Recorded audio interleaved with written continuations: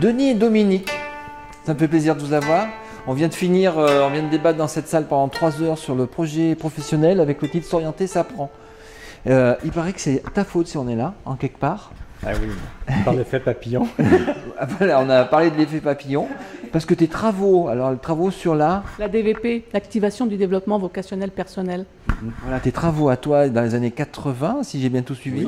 70 ont été à l'origine de la mise en place du projet professionnel personnel de l'étudiant. Tout a commencé à Lyon, dans une formation qui avait été donnée à l'invitation de Madame Latreille, Geneviève Latreille. Alors, je crois que c'est en 1975 qu'avait eu lieu la première formation. Et moi, je commençais à l'Université Lyon 1 sur ce métier-là que je ne connaissais pas. Malheureusement, j'ai raté Denis Pelletier et je m'en suis mordu les... C'était historique parce qu'il y avait une vingtaine d'étudiants qui étaient tout prêts à recevoir le Québécois. Absolument. Et je m'en suis mordu les doigts pendant 2 ans, ce qui fait qu'après, j'ai pris ces bouquins et j'ai essayé de comprendre. Mais je suis allée moins vite que si je l'avais entendu, je pense. D'accord. Oui, parce que tu as des phrases. Moi, j'ai mis un peu de temps là aujourd'hui. Hein. Ah, mais c'est pas grave, mais j'ai enregistré, on va remettre tout ça, je vais reprendre. Mais moi, je suis un peu là. Mais il faut dire qu'il fallait que je dise beaucoup en peu de temps. Oui. Qu'est-ce que tu as pensé de ce qui s'est passé aujourd'hui ici dans cette salle? Je pense que tous les gens étaient ouverts à vraiment comprendre et à échanger. Mais au-delà de ça, c'était mon idée, c'est l'évolution de ce que tu avais un peu pensé dans les années 70, comment ça a évolué, comment ça a été repris, comment ça s'est diffusé, tout ça. On s'est revu depuis, parce qu'il est venu à Lyon en 94, quand le bouquin Socrate le retour est sorti. Et il y a déjà eu des échanges, puis avec Josette Saunier, avec Strasbourg, etc. Exact. Donc, mais là, bon, c'est vrai qu'à un moment qu'il n'y a eu pas eu de contact, moi, ça m'intéresse aussi de savoir ce que tu... Ce qui est arrivé, c'est que finalement, chacun dans nos milieux, on a, je dirais, été éveillé à d'autres réalités. L'époque a changé. Moi, j'étais impressionné par les changements autour de moi. C'est qu'au début, on est dans une sorte de bulle. Quand on est jeune, en carrière, on l'organise autour de sa thèse, on le fait autour de sa vision. Puis peu à peu, on installe des choses, mais on se rend compte que les choses n'ont qu'une époque. C'est pas quelque chose qu'on peut maintenir des années et tu l'as réussi. Ce qui est exceptionnel, parce que d'avoir fait, comme tu l'as fait, là, un processus de projet qui a duré, une bonne vingtaine d'années.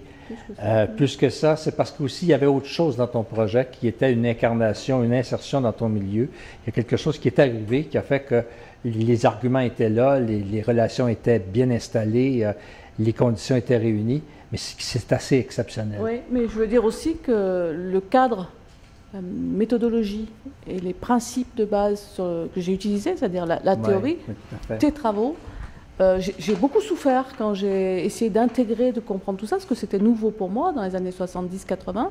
Mais ce cadre est tellement clair et efficace, et je l'ai respecté, parce que j'ai une formation universitaire. Oui, effectivement. Donc j'ai compris, appliqué, adapté, enrichi, mais finalement c'est le modèle de théorique de base qui est toujours valable. Ah oui, toujours valable, qui est toujours aussi éclairant. Absolument.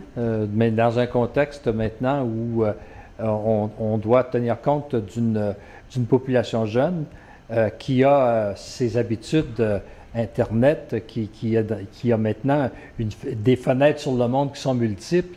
On ne peut pas leur demander le même recul, la même analyse, la même profondeur ou la même introspection. Ils font les choses autrement, mais malgré tout, au niveau universitaire, c'est possible de les retrouver dans une situation beaucoup plus structurée. Il a fallu adapter un petit peu en fonction de ces évolutions, des générations, des outils, etc.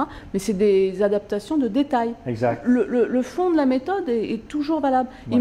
C'est la même méthode qui m'a servi pour mettre en place le prolongement dont j'ai parlé tout à l'heure, plus récemment. Tout à fait. Et j'ai respecté vraiment, et vraiment le cadre conceptuel. Et ça, c'est extraordinaire. Et j'ai toujours un plaisir à travailler ça et à vérifier à travers les résultats, les évaluations, ce que j'ai présenté tout à l'heure, à vérifier est-ce que j'ai voulu mettre en place, le modèle que j'ai utilisé, est-ce qu'il est valide, est-ce que... Bon, etc. Alors, et les adaptations, c'est sur le détail. Oui, tu as tout à fait raison là-dessus. Je me sens à l'aise avec ce qui a été fait, mais je me définis moi-même justement comme, je te dirais, un architecte qui aime travailler les concepts. Puis quand je réussis à les mettre en ordre, puis à leur donner la clarté, il y a une satisfaction intellectuelle qu'on peut tirer de ça. Effectivement, c'est avec le même acharnement maintenant que depuis 10 ans, j'essaie de comprendre la tendance actuelle qui fait que on ne conceptualise pas de la même manière, qu'on accentue plutôt l'importance de la différence que de la ressemblance. On met toutes les choses en cas d'exception. Alors, il y a comme une nouvelle forme de réflexion sur le monde qui est différente, mais ça n'empêche pas que le modèle qu'on a est un modèle qui survit à ça, c'est sûr. Ben, merci bien. C'est un plaisir, Christophe. À la prochaine. À la prochaine. Merci.